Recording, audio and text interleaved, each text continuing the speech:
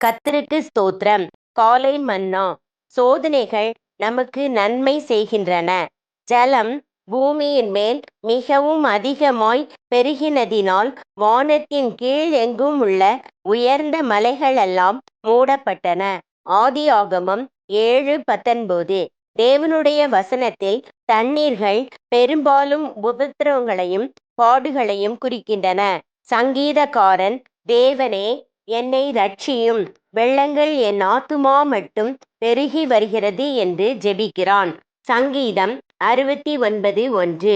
உயர்ந்த மலைகள், அதாவது அடிக்கடி தன் அருவருப்பான தலையை உயர்த்தும் நம் பெருமையான சுவாபம் மூடப்பட்டு நசுக்கப்பட்டு போகும்படியாக நம் ஜீவியத்தில் சோதனைகள் அதிகமாய் பெருகும்படி தேவன் அனுமதிக்கிறார்.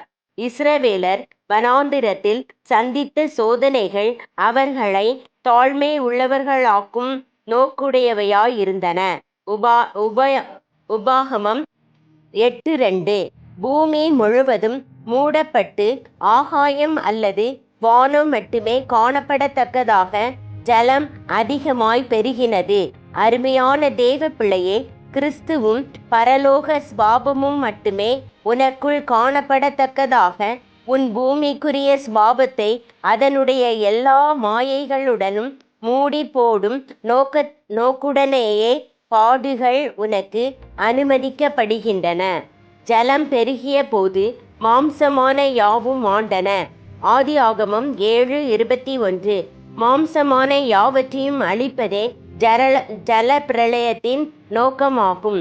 நாம் கடந்து செல்கிற உபத்திரவங்கள் நம்முடைய மாம்சீகமான பரிசுத்தமாக்கப்படாத சுபாவங்களை நாம் களைந்து போடும்படியாக நமக்கு உதவி செய்கின்றன.